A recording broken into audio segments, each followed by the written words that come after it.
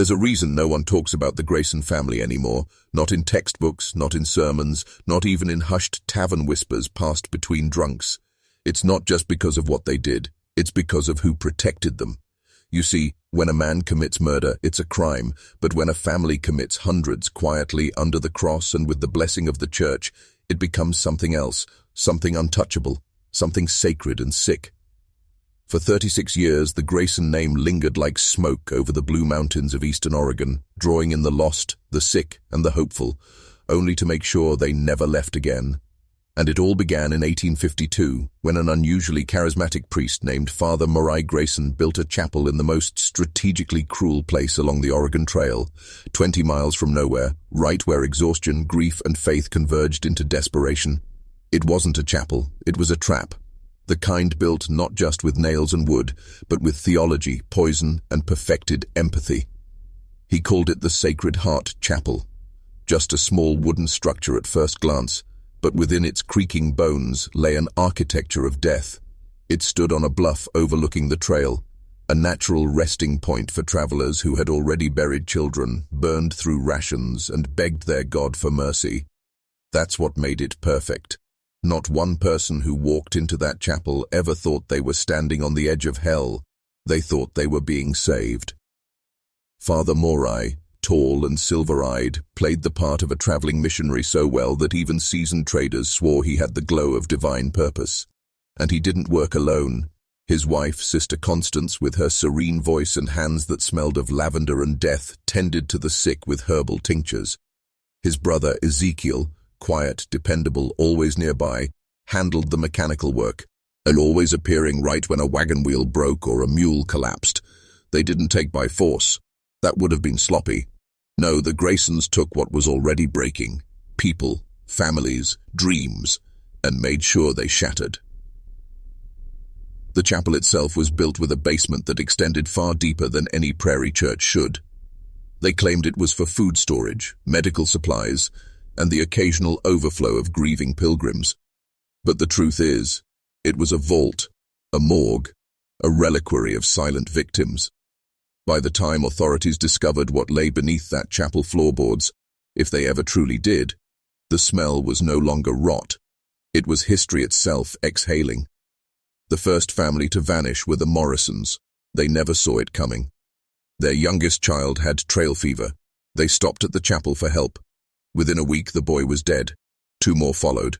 Then the father. The mother, too weak to give birth, died in labor. All buried under crosses that bore their names. Except they weren't names. They were warnings in disguise. The Graysons had found the perfect formula.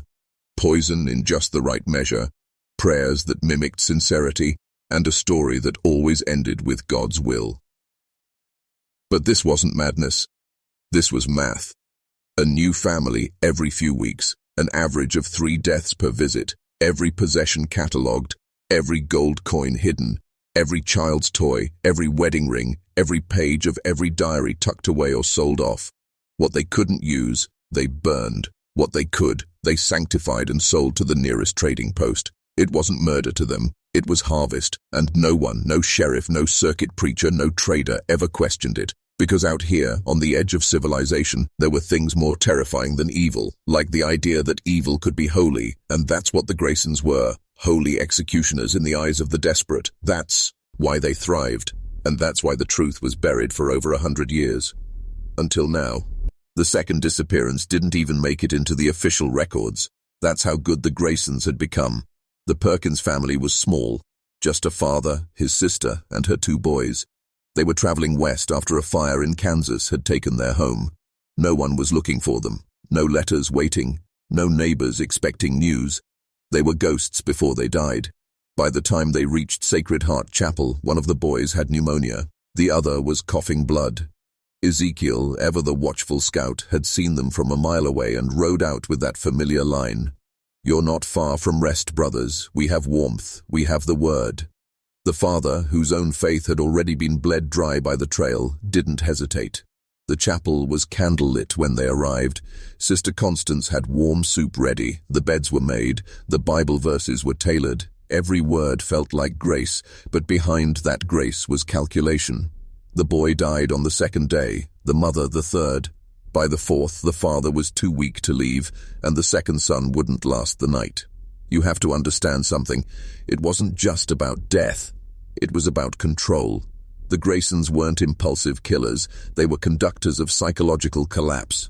They created an environment where death seemed like mercy, where grief stripped people of their ability to resist.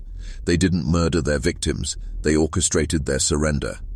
Father Morai didn't just preach. He programmed.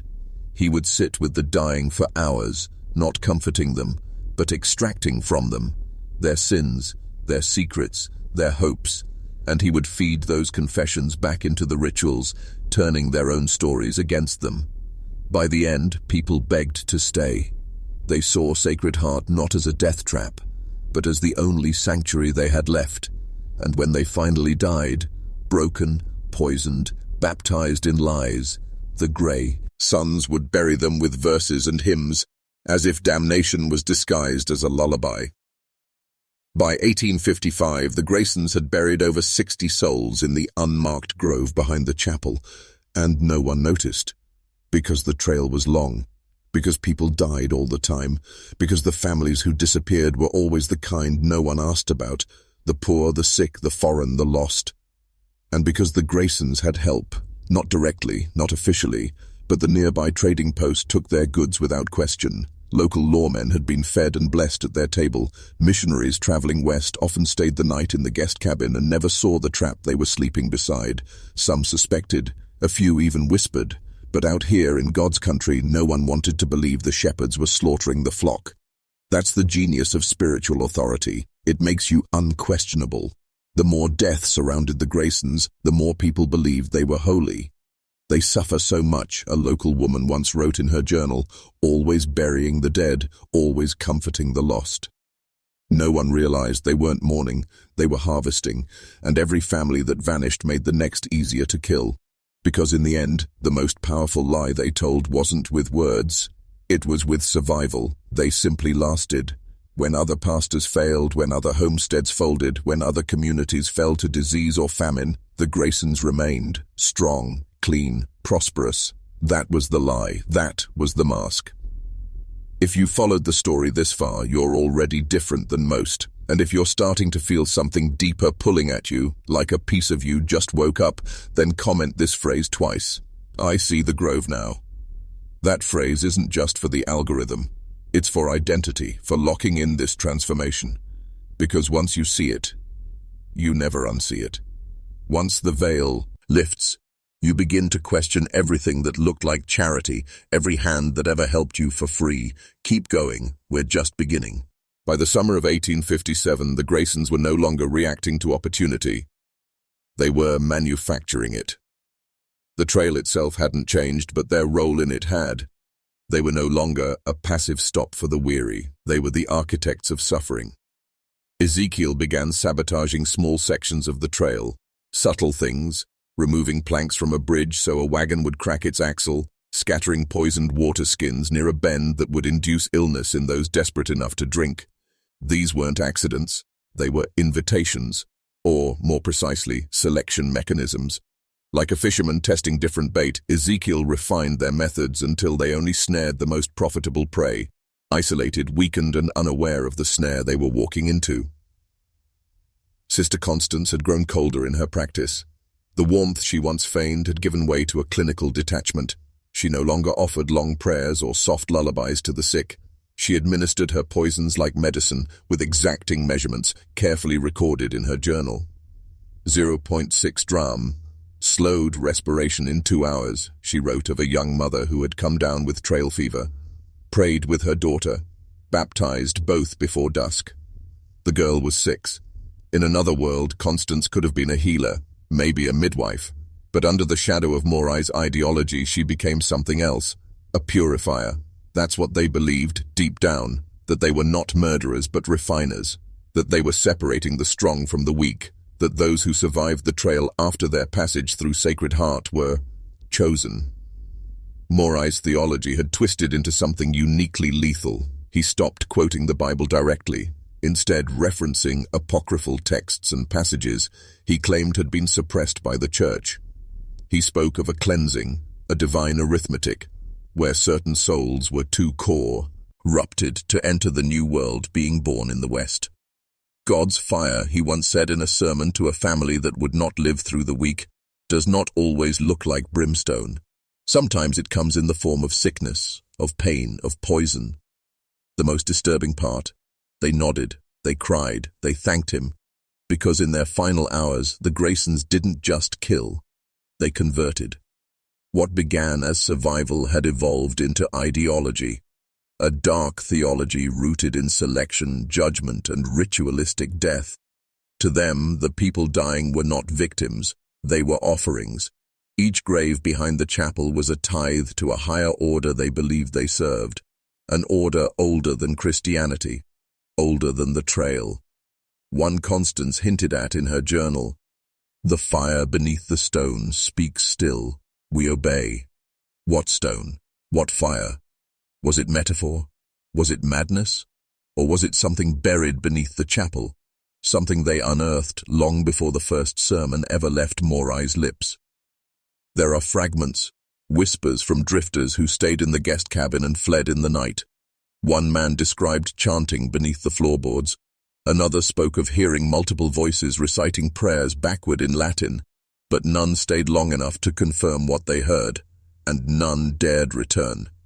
Over time, local maps began to omit the chapel altogether, not by official order, but by fear.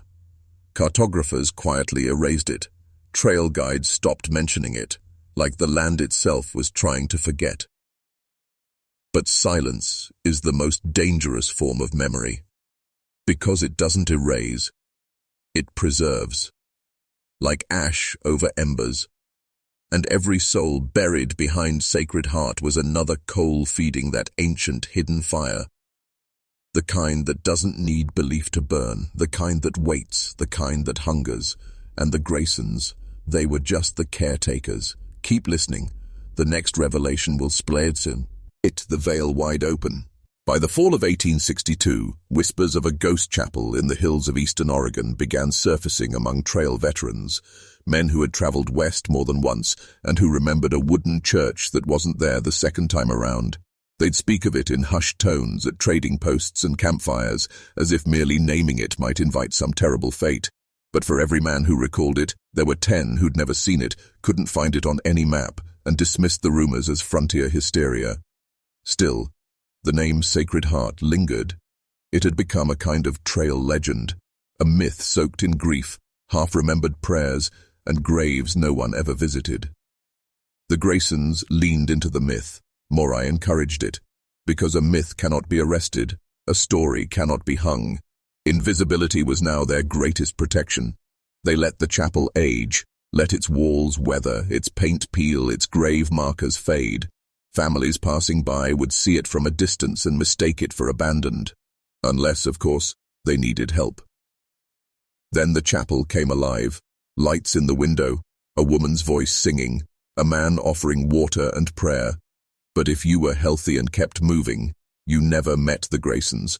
That was by design. Their victim pool had narrowed to only the most desperate, and therefore the most profitable. Ezekiel became even more selective, studying families for days before making contact. If they were too sick, he'd let nature do its work. But if they were rich, hopeful, and just weak enough to accept help, he'd ride up with a broken wheel in hand and salvation in his eyes. Sister Constance had changed.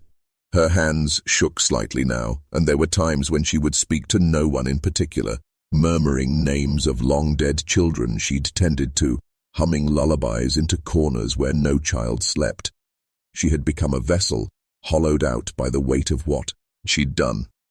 And yet, she never stopped, because the work, as Morai said, was holy, sacred, eternal. To pause would be to invite judgment, and judgment in their theology was far worse than death. Morai himself had begun calling himself something else. In his journals, he abandoned the name Father. He started signing entries as the shepherd beneath. Whether it was madness or possession, no one can say. But his writings took a dark turn. He described visions, not dreams, of vast deserts filled with weeping children, He claimed the chapel sat upon a ley line of divine subtraction, a place where heaven looked away and something older slipped through. He wrote, "The soil here remembers blood, the trees lean to listen. We do not sin, we complete." Around this time, a government surveyor named Nathaniel Greaves visited the area as part of a land reassessment. He was never seen again. His notebook, however, was found near a river several miles east. Water-damaged but partially legible, it contained a final chilling entry. Heard singing from the chapel, 3 voices, then 7, child crying, no children seen, something is wrong, chapel, breathes. It was the first outside documentation of the supernatural elements surrounding Sacred Heart, but it wouldn't be the last. Halfway through this descent, I ask you now to claim your awareness.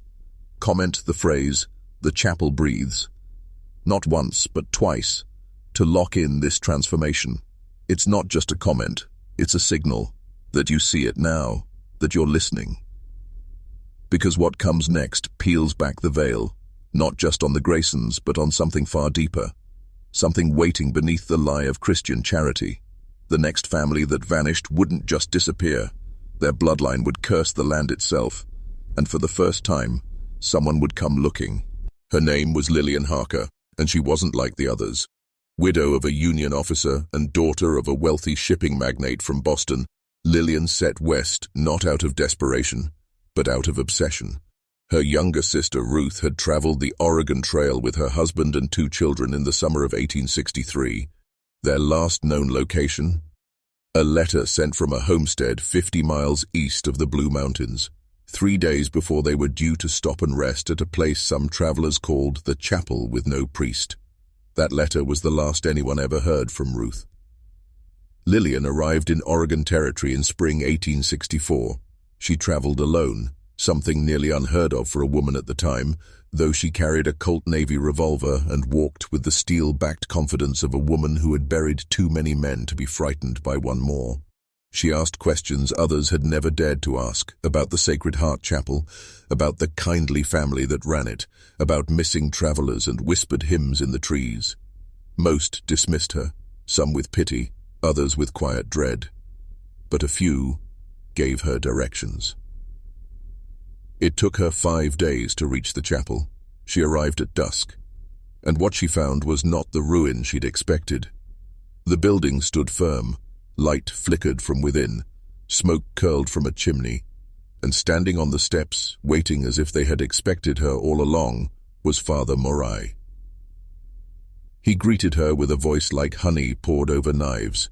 Sister Constance stood beside him, hollow-eyed and smiling with a stillness that made Lillian's skin crawl.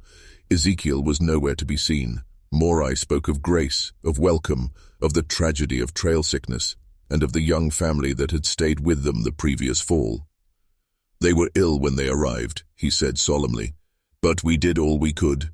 We buried them with love. Would you like to see their resties?" "Nang place?" Most would have nodded numbly, most would have followed him up the hill behind the chapel into the grove of trees where the unmarked graves waited like open mouths.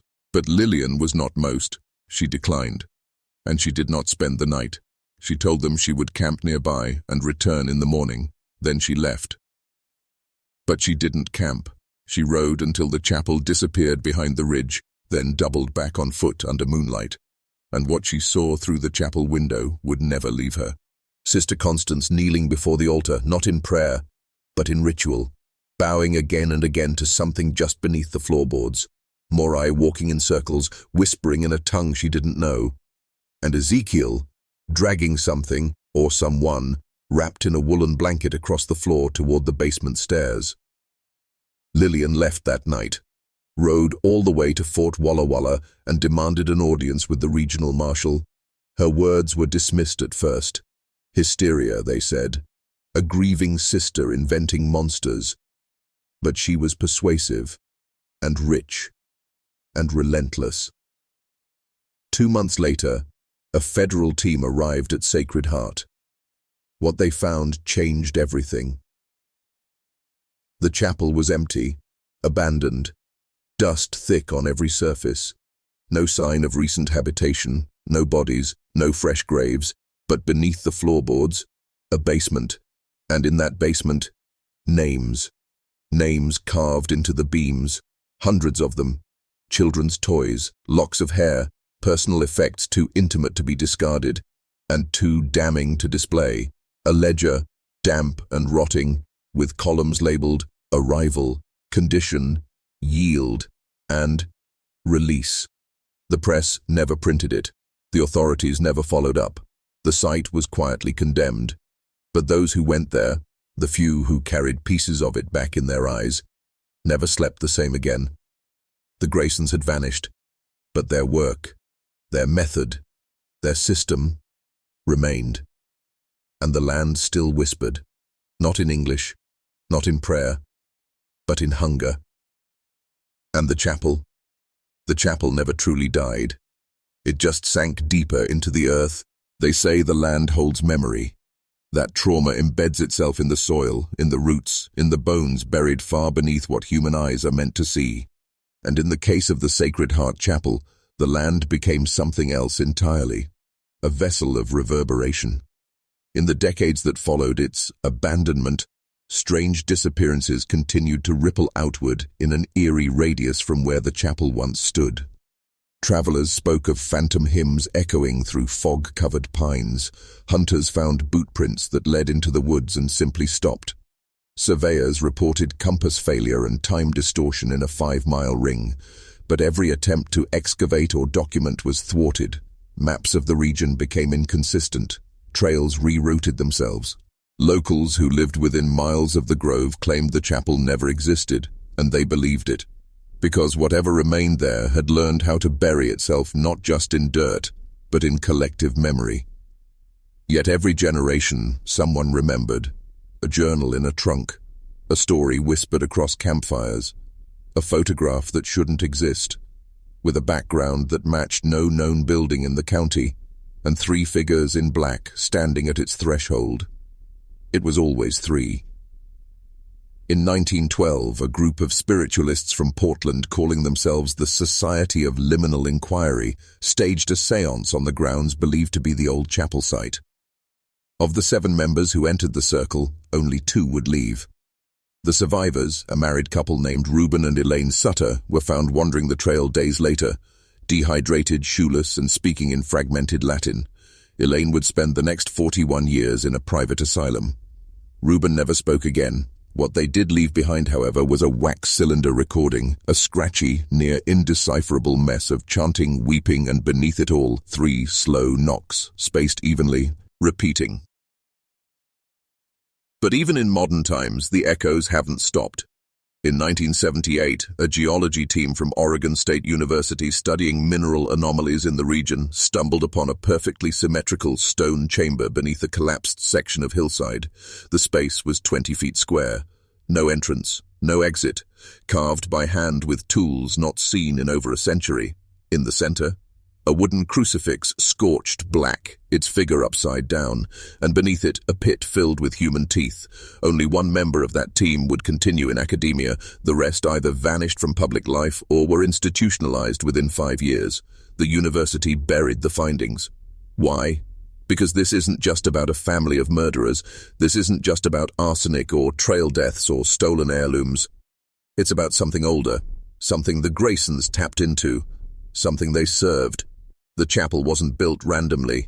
That hill was sacred long before settlers arrived, sacred to whom we'll never fully know. But what is clear now, and what makes this story truly dangerous, is that the Graysons didn't create the darkness. They woke it up. And that darkness is patient. It doesn't need to chase. It waits. It infects those who come close enough, who ask the wrong questions, who pull at threads they were never meant to find. Like you, watching this. You've felt it, haven't you? That quiet sense that something in this world has been intentionally hidden from you. Not just this story, but all stories like it. If you've made it this far, there's something I need you to do. Type the phrase, "The Grove Remembers," into the comments, twice. Once for the truth, and once for what it cost. It may seem symbolic, but symbols hold power. They always have. Because as the last surviving line of the Grayson family once whispered before he disappeared into the hills, death is not the end. It's just the handoff. The land where the Sacred Heart Chapel once stood was finally seized by the US government in 1983 under the guise of ecological preservation. Official documents list it as part of a reforestation initiative closed to the public for habitat recovery, but internal memos leaked decades later by a whistleblower within the Department of the Interior paint a different picture: blacked-out names, satellite photos of disturbances in the Earth, mentions of persistent electromagnetic anomalies, and unexplained behavioral derangements in survey teams. One memo, dated March 17, 1985, simply read, "Do not attempt further excavation. The architecture is non-European." That phrase alone sent chills through every independent historian who saw it, because it confirmed what some had long suspected, that the chapel had been built atop something ancient, something not of settler origin, a site used long before Father Grayson ever laid his hands on a cross. And still, there are patterns. Every 39 years, like clockwork, something shifts. Weather stations near the site report temperature anomalies. Deer and elk migration paths veer sharply away from a 5-mile zone. Equipment fails, and always, without fail, at least one local child goes missing during that window. The disappearances are rarely connected, of course, they never are. A kid lost on a hike, a runaway, a drowning in a river with no current. But their photos, when placed side by side, share something haunting. Each child resembles, almost eerily, a member of the original Morrison family. Coincidence? Pattern recognition gone mad? Or is it the land remembering, feeding, replacing what was taken? In 2022, a private paranormal researcher named Lydia Vance, a former anthropologist turned rogue investigator, attempted a multi-night recording session near the suspected site. Her footage, retrieved by local Politoon, ICE after her rental car was found abandoned, shows 48 hours of static camp setup, wildlife footage, and whispered journal entries. Then, on the third night, a low-frequency hum begins in the background. Birds go silent. The trees stop moving despite visible wind in the distance. Lydia's last recording is audio only. 13 minutes of soft weeping, followed by a man's voice whispering in what sounds like Old English. She is chosen. As it was before, so shall it be. Her body was never found, but her notebook was. And inside, written over and over again in different handwriting styles, was a phrase that had never appeared in her previous research. Blood never leaves the root. What does it mean? We can only guess. But if the chapel was merely a facade, a mask worn by something older and far more intelligent than a family of human killers, then the murders, the rituals, even the poisonings were merely acts of devotion. Offerings to something that demanded blood, lineage, and secrecy, something that still waits beneath the roots.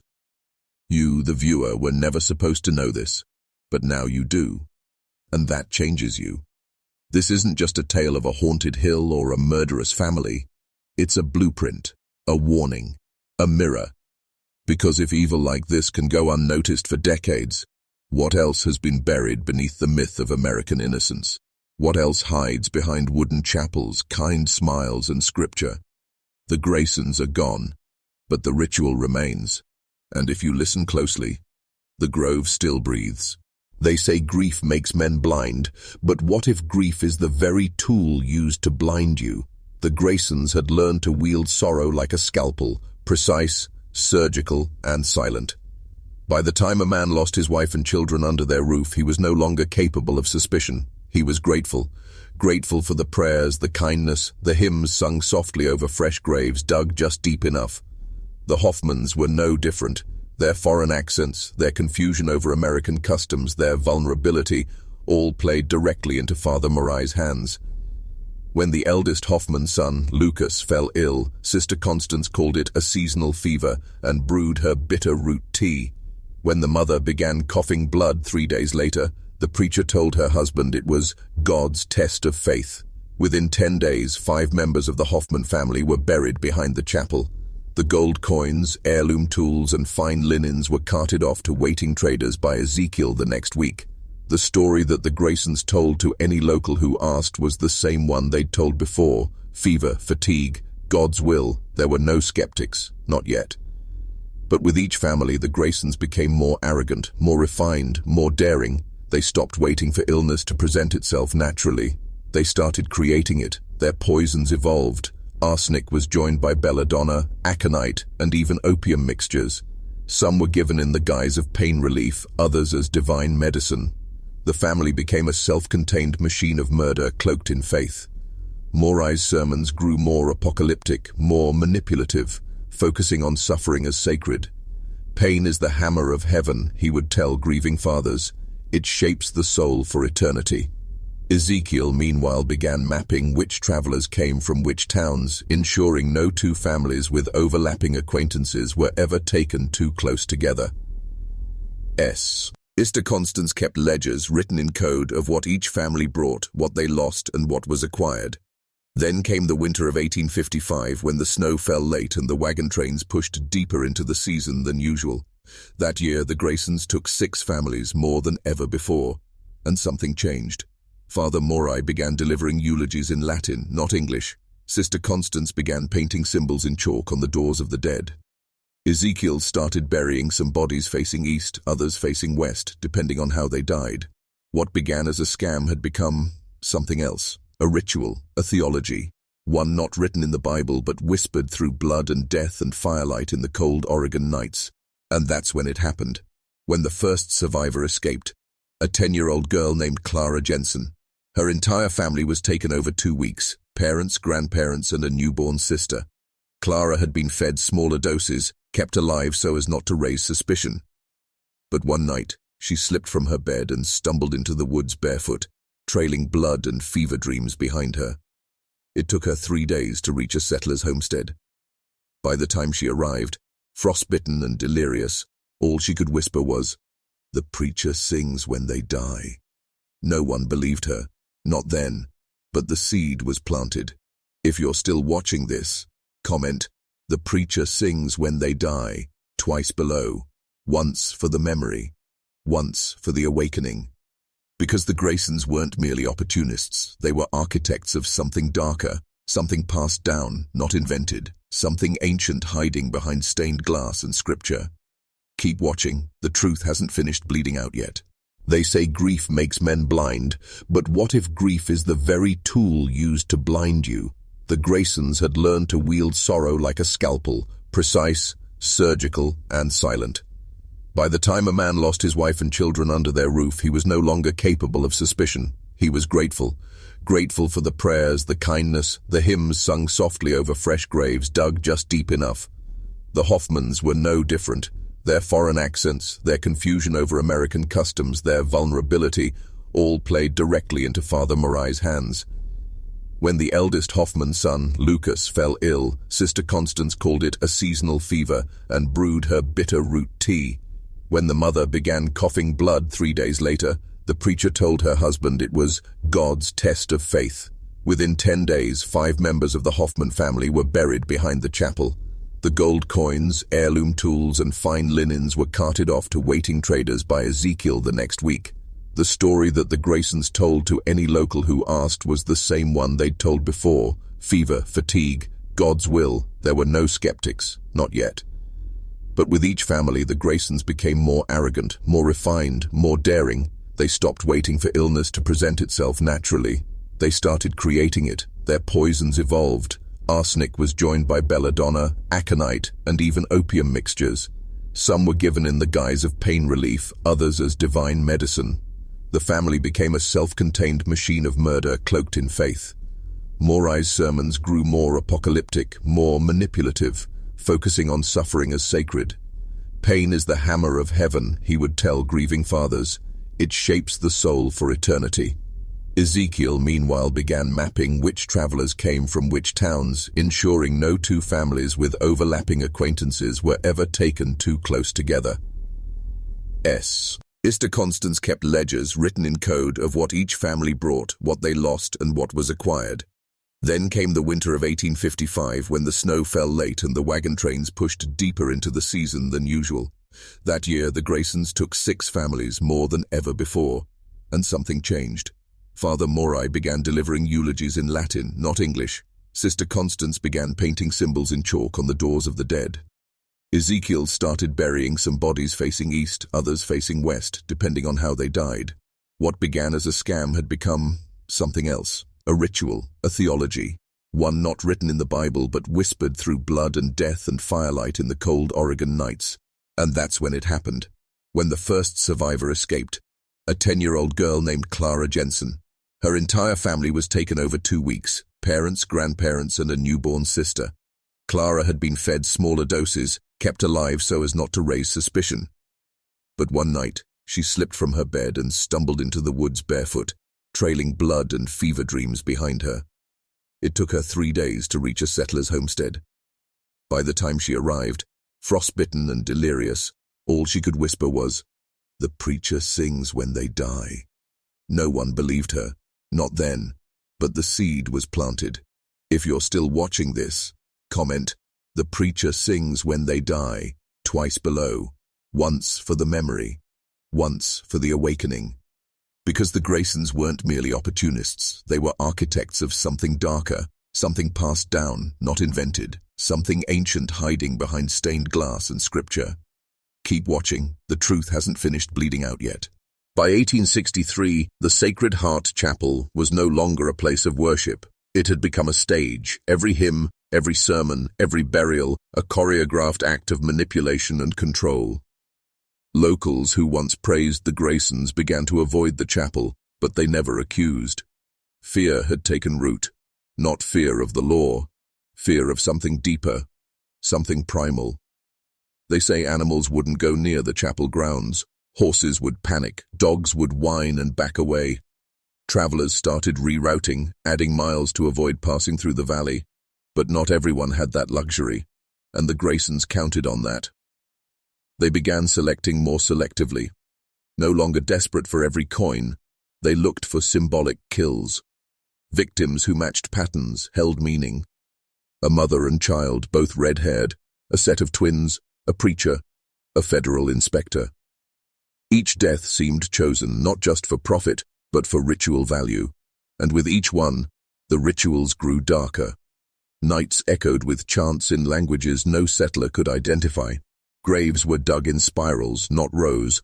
Crosses were turned upside down, then burned, then buried. Whatever religion they had started with had become something else entirely, something older than the Bible.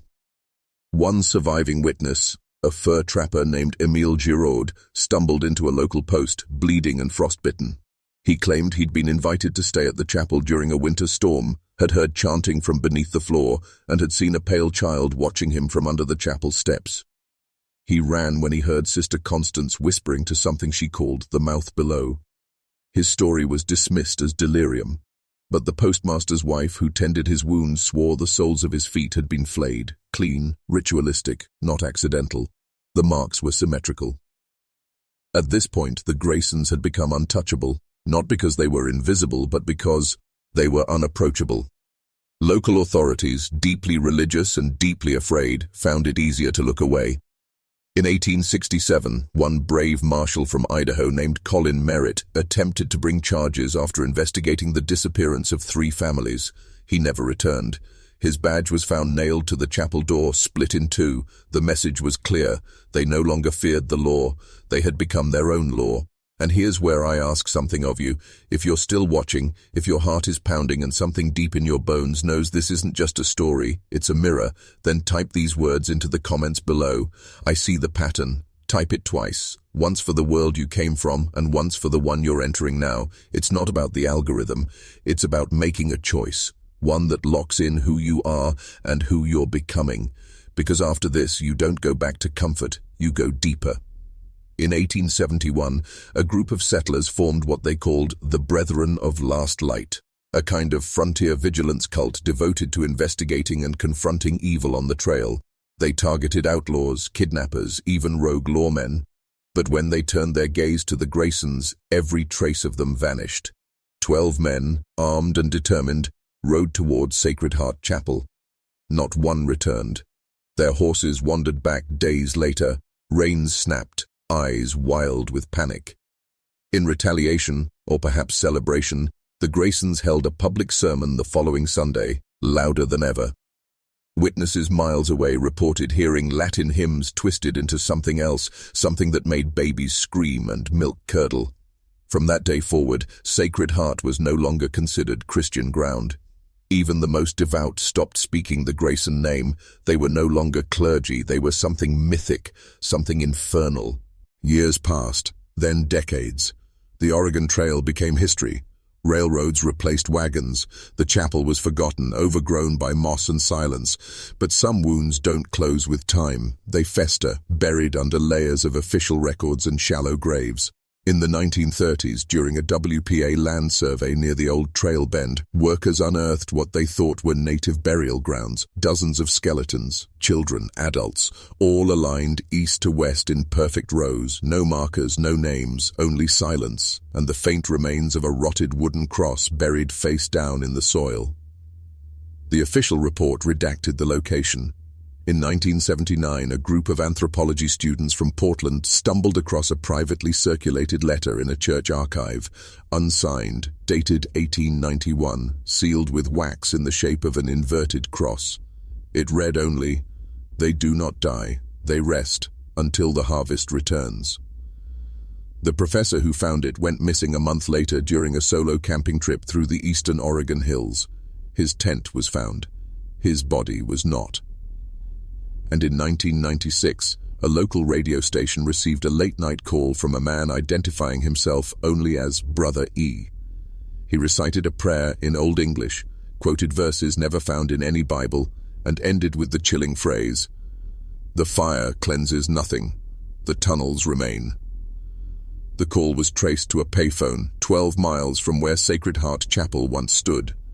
When investigators arrived, the phone had been ripped from the wall, but carved into the telephone pole behind it was the Grayson family crest. You see, monsters don't die, they adapt.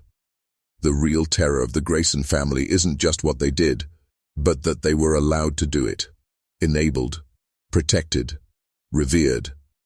Because they wore the mask of holiness, because they learned how to kill under the shadow of the cross and make their victims thank them for the privilege.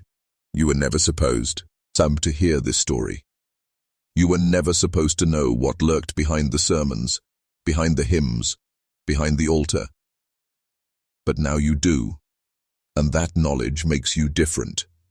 It marks you. If you've made it this far, if you've heard what most men would run from, then you are no longer the same. Prove it. Comment below with the words, "Truth buries nothing." Say it twice. Let the algorithm know you've crossed the threshold, and let others know they're not alone in the dark. If this story disturbed you, if it changed something in you, then subscribe now to Sepia Secrets. Because this is just one tale. There are so many more, and some of them are coming for you next.